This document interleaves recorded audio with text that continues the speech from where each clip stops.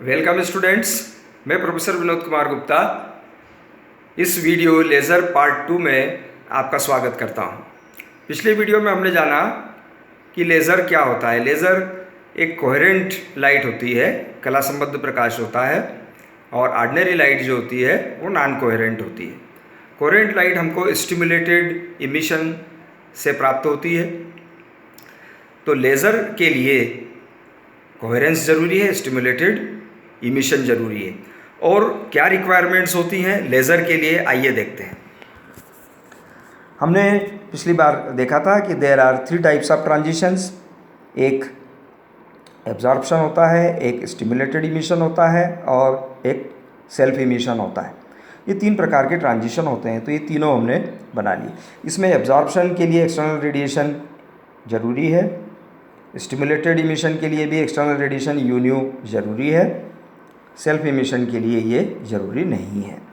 तो इसकी प्रोबेबिलिटी जैसी पहले हमने लिखी थी वो P12 लिखते हैं, और उसकी रेट हमको निकालना है तो वो हम लिखते हैं N1 P12 as N1 B12 यून्यू।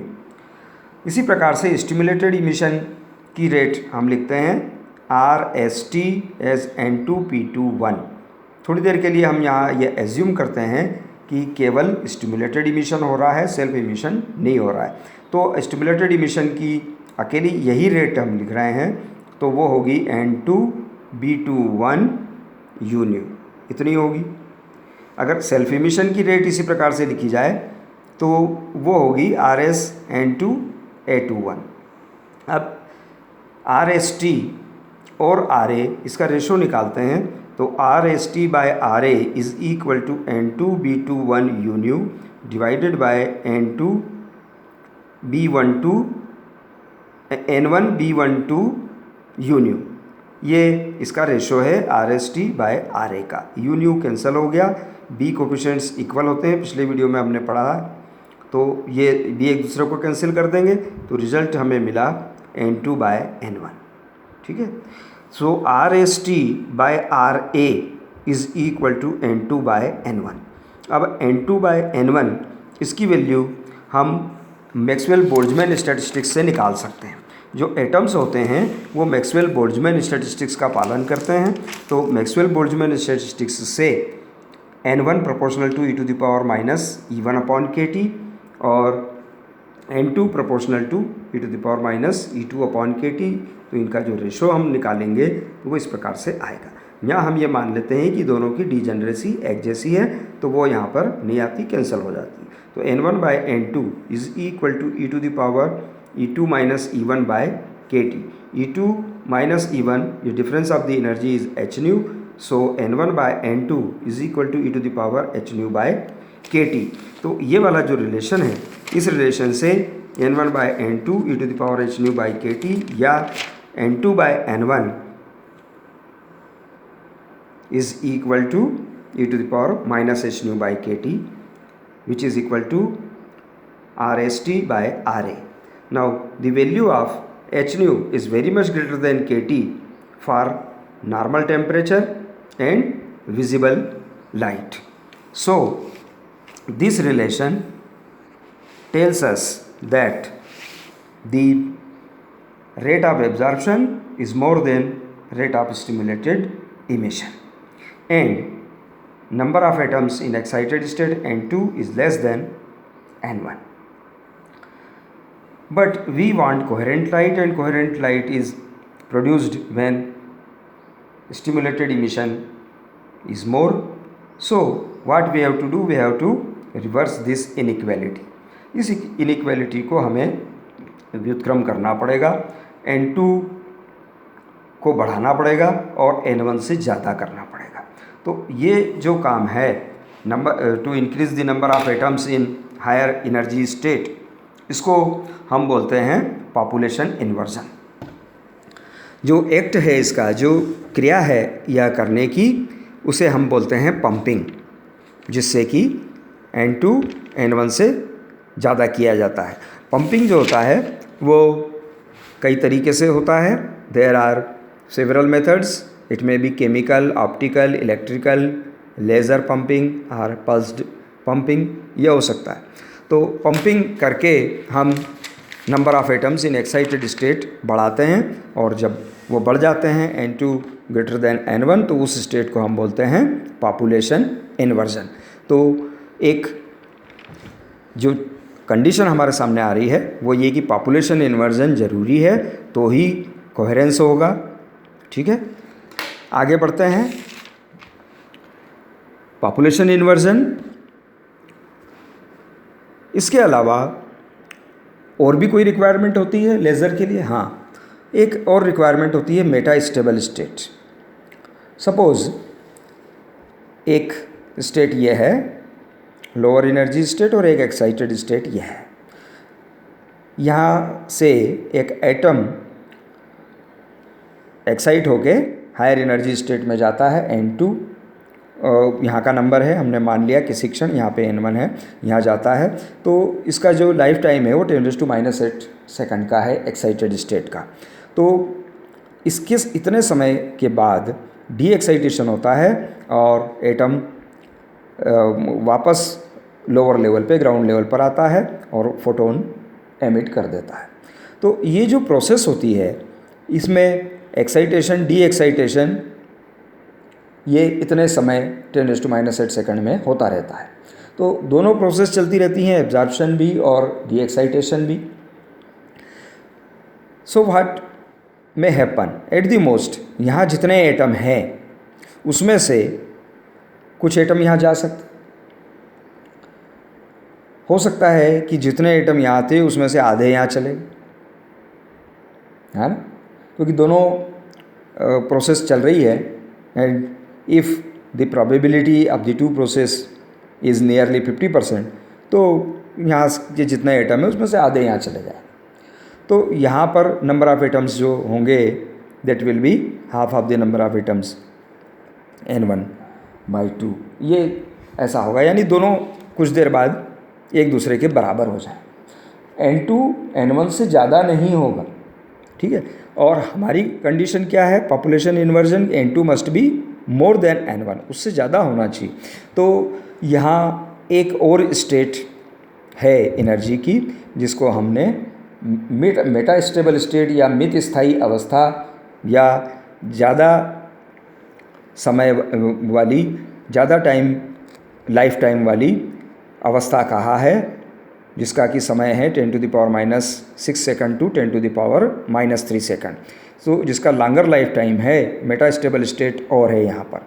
तो जब क्या होता है कि कोई एक्सटर्नल रेडिएशन आता है तो यहाँ से एक्साइटेशन इस लेवल पे होता है, यहाँ से एक्साइटेशन इस लेवल तक भी होता है, एटम यहाँ भी पहुँचते हैं, यहाँ भी पहुँचते हैं। तो यहाँ मेटा स्टेबल स्टेट में जो एटम्स पहुँच रहे हैं वो दो तरीके से पहुँच रहे हैं, एक तो यहाँ लोअर लेवल से और दूसरा इस हायर लेवल से। कुछ ट्रांजिशन ऐसे होते हैं जो इमिशन लेस ट्रांजिशन होते हैं कि यहाँ से एटम इस स्टेट में आता है लोअर स्टेट में, मेटा स्टेबल स्टेट में, और difference of the energy is given to the lattice. वो क्रिस्टल लेटिस को मिलती है एनर्जी, उसमें कोई इमिशन नहीं होता। तो यहाँ पर एटम दो तरीके से आ रहे हैं, यहाँ से भी आ रहे हैं, यहाँ से भी आ रहे हैं। तो कुछ समय बाद ये स्थिति हो सकती है कि यहाँ पर जो नंबर ऑफ़ एटम्स हैं उसकी तुलना में यहाँ पर नंबर ऑफ़ एटम्स ज़्यादा हैं।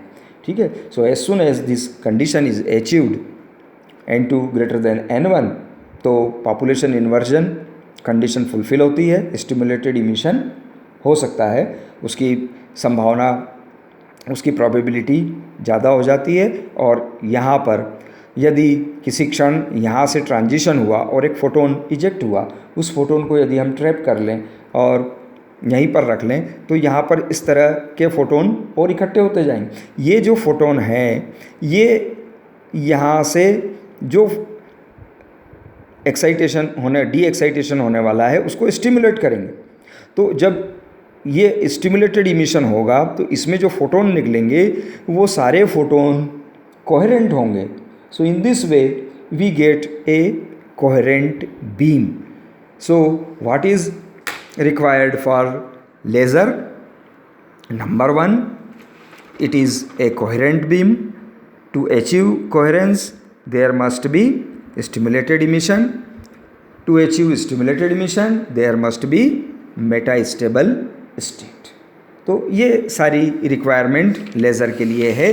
संक्षेप में हम एक लेज़र का यहाँ पर अध्ययन करते हैं कि ये एक रूबी लेज़र है।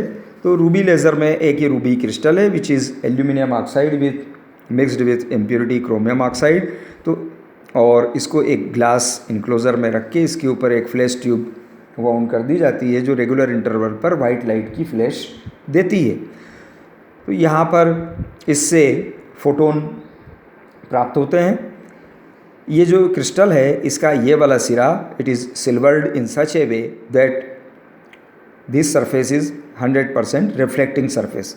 यहाँ से जो फोटोन आता है वो रिफ्लेक्ट होके वापस अंदर आता है।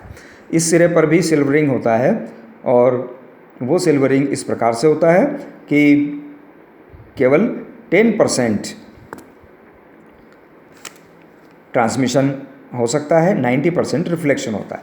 तो किसी भी क्षण यहाँ पर जो फ्लैश से एक फोटोन प्राप्त हुआ वो फोटोन यहाँ से रिफ्लेक्ट होके यहाँ पर ट्रैप होके यहाँ रहता है और ये जो फोटोन है इस प्रकार से यहाँ स्टिमुलेटेड इमिशन प्रोड्यूस करते हैं, फिर वो यहाँ से रिफ्लेक्ट होते हैं, फिर इधर जाते हैं और फिर स्टिमुलेटेड इमिशन करते हैं। इस प्रकार से इनका नंबर बढ़ता जाता है। ठीक है। So the number of photons goes on increasing. ये एम्प्लीफिकेशन हो गया। So it is light amplification by stimulated emission of radiation. यहाँ ये जो क्रोमियम आयंस हैं उनका एनर्जी लेवल हम दिखाते हैं। एक लेवल ये है, एक लेवल ये है और एक लेवल ये है और एक लेवल ये मेटास्टेबल स्टेट वाला लेवल है, ये E1 है, ये E2 है। इन सभी में ये ग्रीन रीजन में है ये डिफरेंस, तो ग्रीन लाइट को एब्जॉर्ब करता है। ये येलो रीजन में येलो को एब्जॉर्ब करता है, ये रेड रीजन में येलो को एब्जॉर्ब करता है। तीनों स्टेट में ग्राउंड स्टेट से ट्रांजिशन होता है। इस स्टेट में यहाँ से और यहाँ से भी ट्रांजिशन होता है। तो यहाँ जो एटम्स हैं वो यहाँ से भी आ रहे हैं और यहाँ से भी आ रहे हैं।